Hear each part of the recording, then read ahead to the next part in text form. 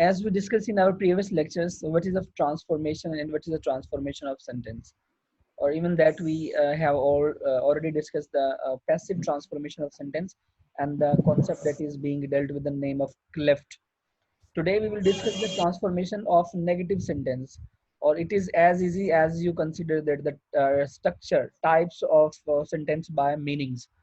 uh, as we have practiced in our sentence formation lectures that how we can make a positive sentence into negative sentence. But today we will discuss it while having the verb or different aspects, how we can use or how we can change a positive sentence into negative sentence. It is as easy as you can consider it, or even you have already experienced it in your previous lectures or in your previous life. Even you have read throughout of your study career. First of all, this transformation may be used with any of the sentence pattern to create the negative transformation with a verb of being as the main verb. A verb of being is including the type of is, am, are, was, were, just like that, and not to the verb. Just हम verb की बात नहीं कर रहे हैं, हम verb being की बात कर रहे हैं. तो फिडो इज माय डॉग, तो इज यहाँ पर वर्ब ऑफ बीइंग है, it's mean the verb of is है. Fido is not my dog, but Fido is my dog, or Fido is not my dog. So just we add not in the sentence, and we are here to learn about the use of sentence formation, negative sentence formation, while putting the verb be in the sentences. हम verb be के बारे में देख रहे हैं, verb be को साथ रखते हुए हम किस तरह बनाते हैं. After that, second thing, with an action verb or linking verb. दो तरह का है, एक action verb और linking verb. What is the difference between linking verb and action verb? Action verb is a verb that is required an action. Action has two types: mental action or physical action. It doesn't matter either we are talking about mental or physical. Both are the part of actions. आप सोच रहे हैं, ये एक mental action है. आप किसी को मार रहे हैं, ये एक फिजिकल एक्शन है. दोनों एक्शन इसमें इंक्लूड होते हैं. But do remember, or when we are talking about the action verb or linking verb, definitely we can use have and be both as well. दोनों को हम एक्शन वर्ब के तौर पर भी और लिंकिंग वर्ब के तौर पर भी इस्तेमाल कर सकते हैं. यहाँ पर ये जो फिडो इज माय डॉग लिखा हुआ है, तो इसमें यहाँ पर इसकी बात करें तो ये यहाँ पर एक लिंकिंग वर्ब का रोल भी अदा कर रहा है, क्योंकि यहाँ पर ये फिडो सब्जेक्ट है और माय डॉग यहाँ पर जो है ये कॉम्प्लीमेंट है, और इसको कनेक्ट करने वाला जो है वो इज है. इज का काम, मतलब लिंकिंग वर्ब का काम होता है वो सब्जेक्ट को सब्जेक्ट कॉम्प्लीमेंट के साथ लिंक करता है यहाँ पर. तो यहाँ पर क्या कहता है जी, हम लिंकिंग वर्ब और एक्शन वर्ब के साथ has an auxiliary verb just like have और बी, इन दोनों को add not to the verb हम नहीं ऐड करते, लेकिन हम बनाते कैसे हैं. ओरिजिनल सेंटेंस हमारे पास एक्शन वर्ब में है, the dog is eating the bone, तो यहाँ पर ईटिंग जो है ये एक्शन वर्ब है. लेकिन नेगेटिव ट्रांसफॉर्मेशन क्या बनेगी, the dog is not eating the bone. तो ये वैसे ही पॉजिटिव और नेगेटिव सेंटेंसेस हैं that we have already read in the sentence types classification of sentence by purpose और by meaning, जहां पर हमने 6 टाइप्स पढ़ी थी. पॉजिटिव और डिक्लेरेटिव और अफर्मेटिव एक टाइप होती है, फिर इसके साथ ऑप्टेटिव होता है, नेगेटिव होता है, इंट्रोगेटिव होता है. तो ये टाइप्स जो हमने पढ़ी थी उन्हीं की बात है, लेकिन यहाँ पर डिफरेंट मेथड बताया गया कि आप इसे नेगेटिव में कैसे कन्वर्ट कर सकते हैं. लेकिन इससे आगे बढ़ने से पहले we have to see linking verb यहाँ पर क्या काम करता है. यहाँ पर देखें, the grass was growing tall, तो यहाँ पर the grass was growing tall, तो यहाँ पर वाज ग्रोइंग जो है, ग्रोइंग यहाँ पर जो है ये एक्शन वर्ब है, वाज यहाँ पर ऑक्सिलरी वर्ब के तौर पे इस्तेमाल हुआ है. अगेन हम इसके साथ जस्ट नॉट लगाएंगे तो ये नेगेटिव ट्रांसफॉर्मेशन होगी. लेकिन अगर हम देखते हैं विद एन एक्शन और linking verb that does not have an auxiliary verb, यहाँ पर ये एक्शन आप कह लो ऐसा वर्ब है जिसके साथ आप कह लो कि एक्शन वर्ब इस्तेमाल हो रहा है, लेकिन यहाँ पर हेल्पिंग वर्ब इस्तेमाल नहीं होता. तो अमूमन प्रेजेंट इंडेफिनिट में और पास्ट इंडेफिनिट में हम एक्शन वर्ब इस्तेमाल करते हैं, but without helping verb. If a sentence is positive, it doesn't mean either the sentence is belong to present indefinite or past indefinite. There isn't any use of helping verb, just like do, does, did, ये कोई भी इस्तेमाल नहीं होगा जब हम positive बात कर रहे होंगे. जैसे कि यहाँ पर है डॉग ईट्स द बोन, तो यहाँ पर ईट्स जो है ये एक्शन वर्ब है, but there is no helping verb. ठीक है, कोई ऑक्सिलरी यहाँ पर इस्तेमाल नहीं हुआ. लेकिन जब इसका हम नेगेटिव फॉर्मेशन बनाएंगे तो कहता है जी appropriate number and tense of do को ही हम इस्तेमाल करते हैं. डू के साथ जो आप कह लें कि एक सफिक्सेस जो है वो डज है. डज अलग से हेल्पिंग वर्ब कोई नहीं हमारे पास अवेलेबल है, लेकिन डज अफिक्सेस है इसका, डू का, डू के साथ हम es का अफिक्स बनाते हैं जो हम इंडिकेट करते हैं, और डिड जो है ये डू की सेकंड फॉर्म है, तो लिहाजा उसने पास्ट इंडेफिनिट और प्रेजेंट इंडेफिनिट को अलग अलग नहीं लिखा, जस्ट उसने ये बताया कि appropriate number and tense of do, तो ये डू मतलब डू से ही डज बनता है और डू से ही डिड बनता है, सो he doesn't mention separately कि this is a present indefinite and this is a past indefinite, तो उसने सेपरेट नहीं किया, जस्ट उसने ये बताया है कि एक्शन वर्ब ऐसे भी होते हैं जिनमें हेल्पिंग वर्ब नहीं इस्तेमाल होता, और मैंने कहा वो होते हैं प्रेजेंट इंडेफिनिट और पास्ट इंडेफिनिट। नेक्स्ट हमारे पास देखते हैं क्या कहता है जी, लिंकिंग वर्ब के तौर पर द ग्रास ग्रू टॉल, ठीक है, अब द ग्रास ग्रू टॉल, यहाँ पर ग्रू जो है लिंकिंग वर्ब पे काम कर रहा है, ग्रू कर क्या रहा है, टॉल लंबा हो रहा है, तो टॉल यहाँ पर कॉम्प्लीमेंट है, लफज का मतलब जो ग्रास जो है, the grass grew tall, the grass tall हो रहा है, हो कैसे रहा है, ग्रू हो रहा है, लेकिन ये जो ग्रू है ये मीनिंग कंप्लीट करता है सब्जेक्ट का और सब्जेक्ट कॉम्प्लीमेंट का, तो यहाँ पर हमारे पास जो सब्जेक्ट है, जी जी, हमारे पास यहाँ पे सब्जेक्ट द ग्रास है और कॉम्प्लीमेंट यहाँ पर टॉल है, वैसे तो ये एडजेक्टिव है लेकिन यहाँ पर कॉम्प्लीमेंट का काम कर रहा है, तो so that grew is a complement. Linking verb जब इस्तेमाल होता है तो याद रखें इसके बाद हमेशा ही कोई नाउन और एडजेक्टिव इस्तेमाल होता है, और ये कोई नाउन और एडजेक्टिव इस्तेमाल होता है मतलब कि वहां पर ऑब्जेक्ट इस्तेमाल नहीं होता, डू रिमेंबर नाउन और उसकी प्लेस का कंफर्म होना, it is necessary for you people to differentiate between the function of the noun, noun के कितने फंक्शन है, नाउन एज ए सब्जेक्ट इस्तेमाल होता है, फिर नाउन एज ए पोजेसिव इस्तेमाल होता है जैसे कि माय पेन यहाँ पर पोजेसिव है, नाउन एज ए ऑब्जेक्ट इस्तेमाल होता है जैसे कि ही हिट हिम, तो यहाँ पर हिम जो है ये ऑब्जेक्ट का काम करता है, फिर नाउन एज ए कॉम्प्लीमेंट इस्तेमाल होता है, आई लाइक असलम, तो यहाँ पर असलम एज ए कॉम्प्लीमेंट है, लाइक यहाँ पर लिंकिंग वर्ब है, तो अगेन याद रखें कि नाउन का फंक्शन हमने देखना है, words are divided according to their function and structures into 8 different categories and these categories are called or known as parts of speech, but one person or one item or one parts of speech might be possible to play a different function, just like एक noun है तो वो subject भी हो सकता है, object भी हो सकता है, कॉम्प्लीमेंट भी हो सकता है, पोजेसिव भी हो सकता है, पोजेसिव एडजेक्टिव भी हो सकता है, प्रीपोजिशन फ्रेज भी बना सकता है, हमें हर लफ्ज को उसकी नोयत के मुताबिक देखना है। अब ऑब्जेक्ट क्या होता है, that receives an action, receiver of an action जो होता है वो ऑब्जेक्ट होता है, लेकिन कॉम्प्लीमेंट जो होता है वो लफ्ज का मतलब कंप्लीट करता है।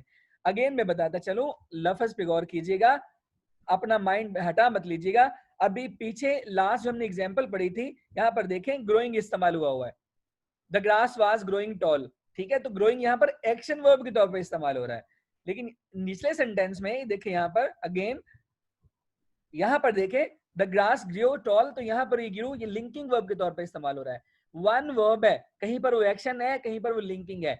अगेन बताता चलूं मैं आपको कि लफ्ज अपनी कैटेगरी के लिहाज से, फंक्शन के लिहाज से पहचाने जाते हैं, एक वर्ड जो है माइट बी पॉसिबल कि वो डिफरेंट रोल अदा कर सकता है, लाइट है तो ये नाउन भी हो सकती है, ठीक है, लाइट है ये एक एडजेक्टिव भी हो सकता है, लाइट है ये एक एडवर्ब भी हो सकता है, मतलब एक वर्ड लाइट ही है, फंक्शन ये डिफरेंट अदा कर सकता है।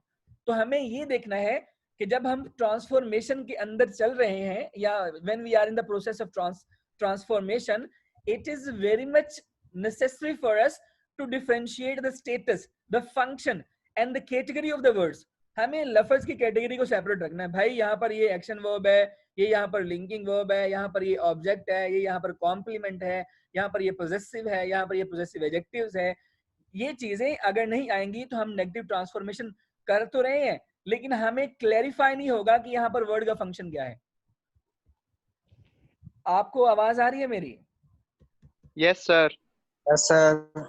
फिर क्या कहता है जी ट्रांसफॉर्म, ये तो नेगेटिव थी, फिर कहता है जी transform to interrogate with yes and no. आप सिर्फ यस और नो आंसर का लगाकर आप ट्रांसफॉर्मेशन को इंट्रोगेट या इंटेरोगेटिव बना सकते हैं। किस तरह बना सकते हैं? Are you hungry? Yes I am hungry. आप no need to mention I am hungry, you can put just yes no, yes and no. और आप इसे बहुत अच्छी तरह से जानते हैं, जब हम आप फर्स्ट ईयर के टेक्स्ट हम पढ़ के आए हैं, बहुत पुरानी बात है, तो इवन कि हमारी जो स्टोरीज होती हैं, ये आपके लिए जो फिक्शंस होती हैं, आप शॉर्ट स्टोरीज लगा लें, फिक्शन लगा लें, तो यहाँ पर बहुत ज्यादा टाइम ऐसा होता है कि वहां पर डायलॉग्स चल रहे होते हैं। तो मेजरली जब डायलॉग चल रहे होते हैं तो we are expecting the answer just like yes और नो। और आम रूटीन में हम बात जब करते हैं तो तब भी हम डे टू डे कन्वर्सेशन में भी हम हल्की फुल्की कन्वर्सेशन करते हैं। We don't bother to put the whole answers, हम पूरे का पूरा आंसर्स नहीं करते। आर यू फुल रुहेल? Yes, sir. Yes sir. मैंने कहा आर यू फुल, तो रुहेल ने कहा यस सर, मतलब he didn't mention yes sir I am full. Sir, I was thinking that you are calling me. नहीं नहीं नहीं, बस आप एक्टिव नहीं ना, माइंड आपका यहाँ पर नहीं है भाई, ध्यान से बैठो। फिर देखिए जी, with the verb of being as the main verb transpose the position of the subject and the verb। जिस तरह आपने सेंटेंस फॉर्मेशन पढ़ी है, Yes, sir. सेंटेंस फॉर्मेशन पढ़ी है ना आप लोगों ने, कि एक जी पॉजिटिव सर। सेक्शन होता है, एक नेगेटिव होता है, एक इंट्रोगेटिव होता है। तो ये जो ट्रांसफॉर्मेशन सेंटेंस है ना, this is actually the transformation of sentence, just the formation of sentence. ये बेसिकली ये फॉर्मेशन ऑफ सेंटेंस है जो हम ट्रांसफॉर्मेशन के तौर पर पढ़ रहे हैं। अब यहाँ पर कहता है जी ये पॉजिटिव जुमला इसका इंट्रोगेटिव बना, तो इसको हम बाहर ले आएंगे, हमें स्ट्रक्चर को फॉलो करना है। अगेन मैं आपको एक न्यू शेयर देता हूं यहाँ पर। जैसे कि हमारे पास यहाँ पर पॉजिटिव जुमला है, तो पॉजिटिव फॉर्मेशन क्या होती है? Subject plus verb plus object plus full stop. एक ये पॉजिटिव होता है, दूसरा होता है subject plus helping verb plus verb plus object Full plus stop. Full stop. अब ये पॉजिटिव फॉर्मेशन है, तो इसे हमने इंट्रोगेटिव में कन्वर्ट करना है, तो हम क्या करेंगे? सबसे पहले हम हेल्पिंग वर्ब बाहर ले आएंगे। हेल्पिंग वर्ब जो है हम उसे आउटसाइड पर लेके आएंगे, प्लस हमारे पास क्या आ जाएगा? देन हमारे पास सब्जेक्ट आ जाएगा, Then verb. Then देन हमारे object. पास सब्जेक्ट आ जाएगा, देन हमारे पास वर्ब आ जाएगा, और देन हमारे पास ऑब्जेक्ट आ जाएगा, और लास्ट में हमारे पास क्वेश्चन मार्क आ जाएगा। तो हम यहाँ पर देखना यही चाह रहे हैं कि ये जो ट्रांसफॉर्मेशन हम कर रहे हैं, ट्रांसफॉर्मिंग द सेंटेंस कर रहे हैं, एक्चुअली वी आर ट्रांसफॉर्मिंग और we are changing the formation of a sentence. हम सेंटेंस की फॉर्मेशन को चेंज कर रहे हैं। कभी वो कहता है पैसिव बना दो, कभी वो कहता है नेगेटिव बना दो, कभी वो कहता है जी एक्टिव बना दो, कभी वो कहता है इंट्रोगेटिव बना दो, कभी वो कहेगा इंट्रोगेटिव प्लस नेगेटिव बना दो। Actually we are here to learn about the transformation और द फॉर्मेशन ऑफ सेंटेंस। हम सेंटेंस की फॉर्मेशन की तरफ बढ़ रहे हैं, और अगर हमें क्लियर होंगी तो हमें कोई प्रॉब्लम नहीं होगी, बिल्कुल भी नहीं होगी। ये आपका है जी। यहाँ पर Fido is my dog, is Fido my dog, तो यहाँ पर उसने इस इंट्रोगेटिव में कन्वर्ट कर दिया सेंटेंस को। नेक्स्ट कहता है कि विद एन एक्शन वर्ब और linking verb that has an auxiliary verb, तो यहाँ पर वो कहता है जी एक्शन वर्ब के तौर पर और ऑक्सिलरी वर्ब के तौर पर हम क्या कर सकते हैं? The dog is eating the bone, तो क्या कहेंगे? Is the dog eating the bones. तो एक्चुअली हम सेंटेंस की फॉर्मेशन चेंज कर रहे हैं, इसमें कोई बड़ी बात नहीं है, हमें सिर्फ we have to see the formation of sentence. हम सेंटेंस को कैसे चेंज करते हैं? ओरिजिनल से हमने इंट्रोगेटिव बनाता है। और अगर आपने लैंग्वेज पढ़ी हो तो हम एक क्वेश्चन करके आते हैं डू एज डायरेक्टेड के तौर पर। इंग्लिश ग्रामर के अंदर हमें क्वेश्चन भी दिया जाता है डू एज डायरेक्टेड के तौर पर। फंक्शनल इंग्लिश के अंदर ये अमूमन ये पार्ट दिया जाता है। अगर आपने नहीं पढ़ा तो मैं बता देता हूँ। स्टेटमेंट लिखी होती है, उसके आगे लिखा होता सर है, नहीं पढ़ा। एक स्टेटमेंट लिखी है, जैसे कि लिखा हुआ है the dog is eating the bone, तो यहाँ पर ब्रैकेट में लिख दिया जाए। मैं अगेन लिख देता हूँ। एक स्टेटमेंट आपने पढ़ी है और उस स्टेटमेंट में आपको ये बता दिया जाता है the dog is eating the bone, ये जुमला है। इसके आगे वो ब्रैकेट बना दे, कहता है जी नेगेटिव बना दो, ठीक है, नेगेटिव बना दो। और इससे पहले उसने लिखा है, ऊपर स्टेटमेंट लिखी है डू एज डायरेक्टेड। ये क्वेश्चन है डू एज डायरेक्टेड, मतलब जैसा कहा जाता है वैसे जुमला बना दो। तो यहाँ पर उसने कहा क्या है? स्टेटमेंट हमारे पास है the dog is eating the bone, the dog is eating the bone. वो कहता है इसे नेगेटिव कन्वर्ट कर दो, तो ये उसने डायरेक्ट हमें कर दिया है कि हमने यहाँ पर इसे नेगेटिव लेके जाना है। जब हम इसे नेगेटिव लेके जाएंगे तो कंफर्म है कि हम इस चीज के बारे में जानते हैं कि ये पॉजिटिव जुमला है और इसका नेगेटिव बनाना है। तो हम क्या करेंगे रुहेल? इसमें जस्ट हम नॉट पुट कर देंगे the dog is not eating the bone. तो ये डू एज डायरेक्टेड है। तो ऐसे ट्रांसफॉर्मेशन की जब बात करता है तो आपसे हो सकता है वो कह दे कि आप इसकी इंट्रोगेटिव बना दें, या आप आपसे कह दे इसका पैसिव बना दें, या वो आपसे कह दे इसका नेगेटिव बना दें. Actually there will be a sentence and the examiners might be possible, or the examiner has in a position, or is in a position to ask any one of these functions, just like he can answer, he can get the answer like you, that you there will be a question just he answering, or he might to get the answer, sorry, he might to get the answer just like uh, put these sentences into negative form, put these sentences into passive form, put these sentences into interrogative form, और put these sentences into positive plus in negative form. आपसे वो different direction दे देगा कि आप इस जुमले को, ये जुमला लिखा हुआ है, इसे आप इनके पैसिव बना दें, आप इन जुमलों की नेगेटिव बना दें, आप इन जुमलों के इंट्रोगेटिव बना दें, आप इन जुमलों की इंट्रोगेटिव प्लस नेगेटिव बना दें. तो जो आपको डायरेक्ट करता है, तो ये क्वेश्चन डू एज डायरेक्टेड की शक्ल में मेंशन किया जाता है. तो वहां पर स्टेटमेंट्स होंगी, हर जुमले के सामने उसने अलग डायरेक्शन दी होगी. नहीं, नीचे जुमला लिखता है दिस इज अ बॉय, तो वो कहता है कन्वर्ट इनटू इंट्रोगेटिव, तो यहाँ पर लिखेगा इंट्रोगेटिव में कन्वर्ट कर दो. इस तरह लिखा होगा, तो ये सिंपल होगी कि इस जुमले को हमने इंट्रोगेटिव में कन्वर्ट करना है, तो हम इसे इंट्रोगेटिव में ही कन्वर्ट करेंगे.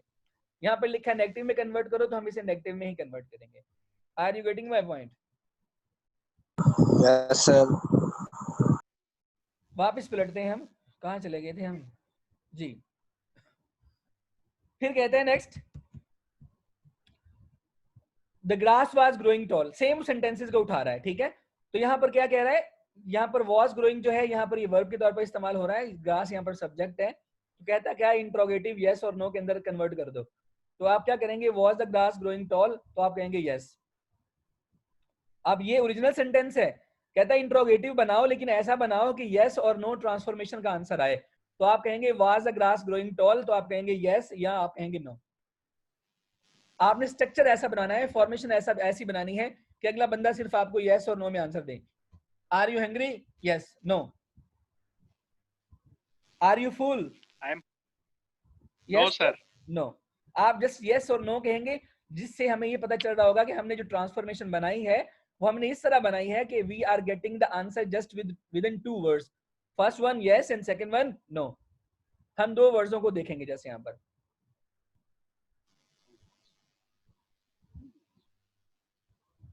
यस सर, समझ लग गई. चलें, शुक्र है लग गई है. हमारी क्लास में बहुत से दोगले बच्चे हैं जो टीचर्स की शिकायत करते हैं. वो कैसे सर जी? पोर्टल पे पुट किया हुआ मेरा एक लेक्चर उन्होंने, और बाद में बात करते हैं फिर इसके ऊपर. ओके. विद एन एक्शन और linking verb that does not have an auxiliary verb. कहता है ऐसा भी हो सकता है कि जिनके साथ हमारे पास ऑक्सिलरी वर्ब नहीं होते, मतलब पॉजिटिव जुमले प्रेजेंट और पास्ट के, तो उसे हम जब हम इंट्रोगेटिव में लेके जाएंगे, यस और नो का आंसर करेंगे, तो वहां पर डू, डज या डिड का इस्तेमाल करेंगे. तो अगेन उसने एग्जांपल पुट की है, the dog eats the bone, does the dog eat the bone, again यहाँ पर उसने मेंशन किया है.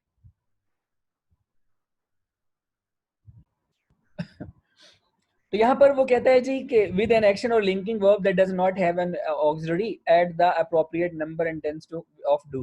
तो अगेन वही एग्जांपल लेता है, the dog eats the bone. तो यहाँ पर उसने कहता है इसका क्या बनाना है, इंट्रोगेटिव बनाना है, यस और नो के साथ ट्रांसफॉर्मेशन बना दें. तो does the dog eat the bone, तो उसने ये ट्रांसफॉर्मेशन इसकी बना दी है.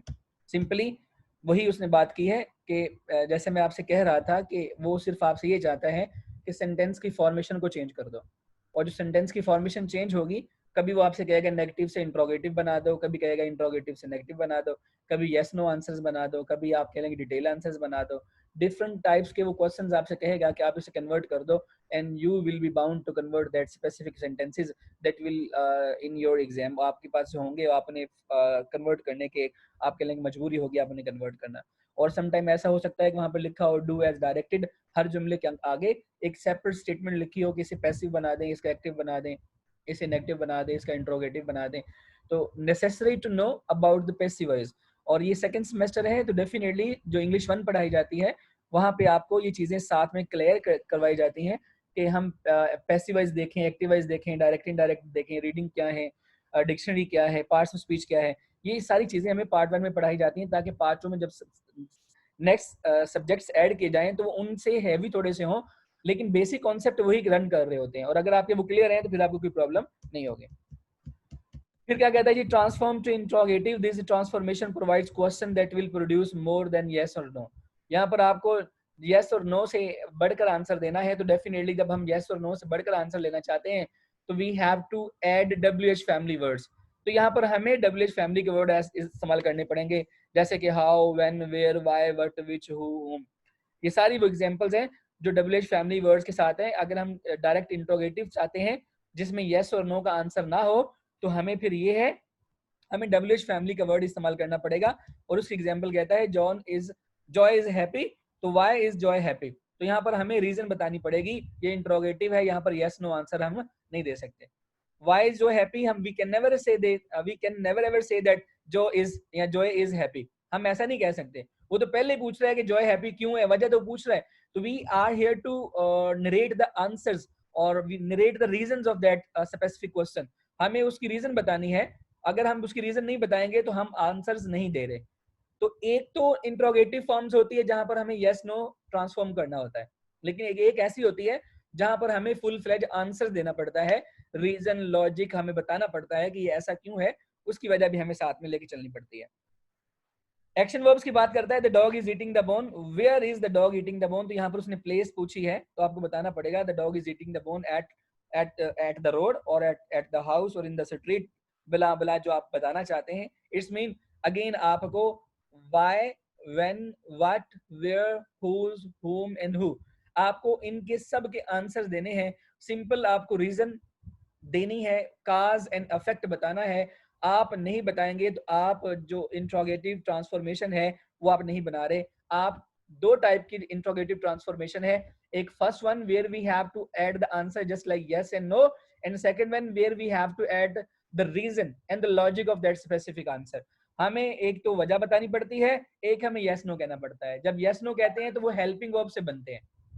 उनकी जो ट्रांसफॉर्मेशन है, ऐसे जुमले जिनके आंसर्स हम इंट्रोगेटिव में यस नो लेते हैं, तो वो सारे के सारे आंसर वो हेल्पिंग वर्ब या ऑक्सिलरी वर्ब से बनाए जा सकते हैं क्वेश्चंस। लेकिन वो क्वेश्चंस जिनके आंसर्स हमें डिटेल चाहिए तो वो कभी भी हेल्पिंग वर्ब से नहीं बनाए जाते, वो हमेशा WH फैमिली के वर्ड से बनाए जाते हैं। और WH फैमिली के जो वर्ड हैं वो हमारे पास अभी मैंने ऊपर भी मेंशन किए हैं और इसमें लिखे भी हुए हैं, आप अगेन पढ़ सकते हैं। फिर अगेन वो कहता है linking verb with auxiliary verb, the grass has grown tall, how has the grass has grown tall. तो यहाँ पर आपको फिर अगेन इंट्रोगेटिव है, आपको लॉजिक देना है, रीजन देना है। सिंपल सी बात है।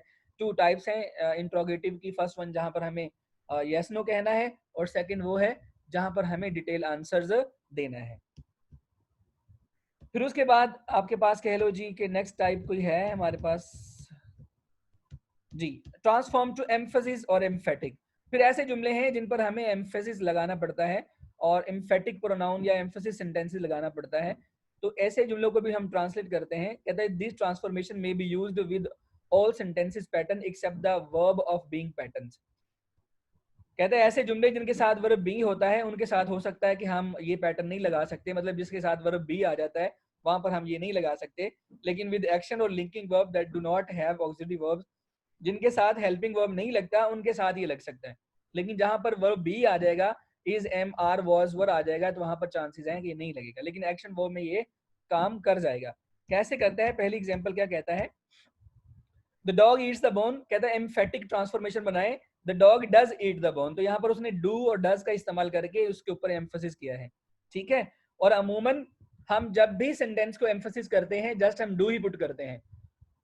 एक ट्रांसलेशन है, मैं कहता हूं डू योर जॉब, एक मैं कहता हूं कि वर्क, एक है वर्क, एक है डू वर्क। एक काम करना है, डू वर्क वो भी काम करना है, लेकिन वर्क का मतलब काम करना ही है। मैं अगेन यहाँ पर आपको शेयर देता हूँ एक मजीद ताकि आपको समझ आ जाए डिटेल में। हमारे पास सेंटेंस वर्ड है जी वर्क, इसका मीनिंग है काम करना, काम करना, ठीक है। और एक वर्ड है वर्क, इसका मतलब है जस्ट काम। एक ऊपर वाला वर्ब है, नीचे वाला नाउन है।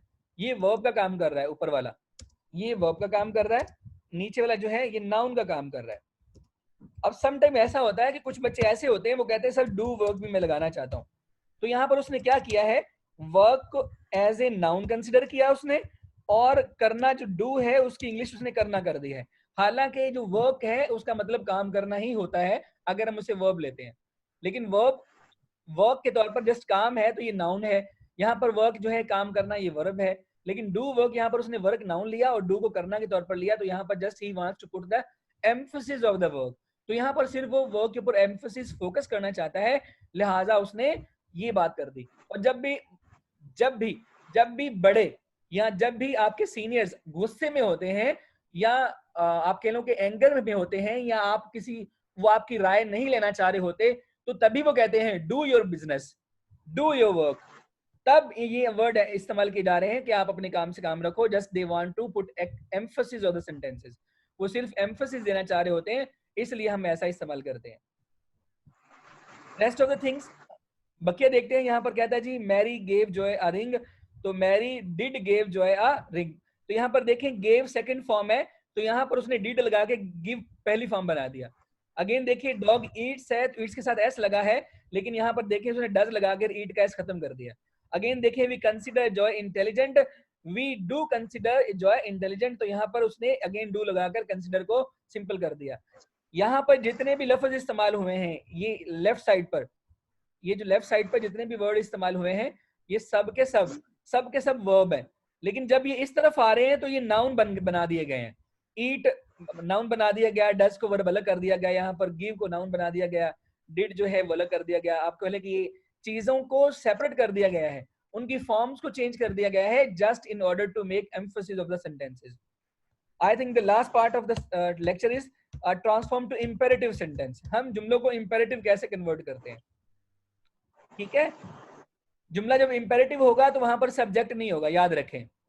जब इंपेरेटिव जुमला होगा तो सब्जेक्ट मिस होगा, कंफर्म है, सब्जेक्ट उसमें से ओमिट कर दिया जाएगा। दिस ट्रांसफॉर्मेशन क्रिएट कमांड, ठीक है। It may be used with all sentence pattern to make the imperative transformation replace the sentence subject with you understand, ठीक है। अब कहता है जी जो यू है ये अंडरस्टूड है और सब्जेक्ट को रिप्लेस कर दो यू अंडरस्टूड के साथ। जो यू अंडरस्टूड जहां पर होता है वहां पर हम यू पुट नहीं करते। इट मीन हमें सब्जेक्ट को उसमें से मिस करना है, ओमिट करना है। तो the dog eats the home, तो यहाँ पर ईट्स द बोन, तो यह डॉग खत्म हो जाएगा, जुमला रह जाएगा ईट द बोन। तो फिर Mary gave Joy a ring, फिर क्या कहता है give Joy a ring. We consider Joy intelligent, consider Joy intelligent. The people made all king, make all king. The grass grew tall. I am happy, be happy. सब में से उसने subject को omit किया है और इसी तरह यू अंडरस्टूड का एग्जांपल सामने रखी है। फिर क्या कहता है जी हम एक्सक्लेमेटरी में कैसे बनाते हैं। एक्सक्लेमेटरी हम अमूमन लगाते हैं, जब हम एक्सक्लेमेटरी बनाते हैं तो हम व्हाट और हाउ का वर्ड इस्तेमाल करके एक्सक्लेमेटरी बना सकते हैं, ठीक है। कैसे बन सकता है, the dog eats the bone, what a bone the dog Yeats. अब यहाँ पर जब हैरानगी या खुशी या गमी जाहिर करेंगे तो वहां पर हमें एक्साइटमेंट या हमें कुछ ऐसे अल्फाज कहने हैं जो हमारे जुमले को एक्सक्लेमेटरी बनाएगा। एक्सक्लेमेटरी सेंटेंसेस वो सेंटेंसेस होते हैं where we have to put the strong feelings of joy, sorrows and wonder. तो the dog eats the bone या ये पॉजिटिव जुमला है तो कहता है पॉजिटिव से आप इसकी एक्सक्लेमेटरी ट्रांसफॉर्मेशन बनाते हैं। तो what a bone the dog Yeats, कैसी वो हड्डी है जो उसने खाई है या वो खाता है। तो यहाँ पर उसने ये वर्ड को लगाकर उसने एक्सक्लेमेटरी बना दिया। तो अमूमन हम व्हाट और हाउ का वर्ड इस्तेमाल करके एक्सक्लेमेटरी सेंटेंस बना रहे होते हैं। और होप सो आपको ये बात समझ आ गई होगी जो हमने ट्रांसफॉर्मेशन देखी है। If you have any question you can ask.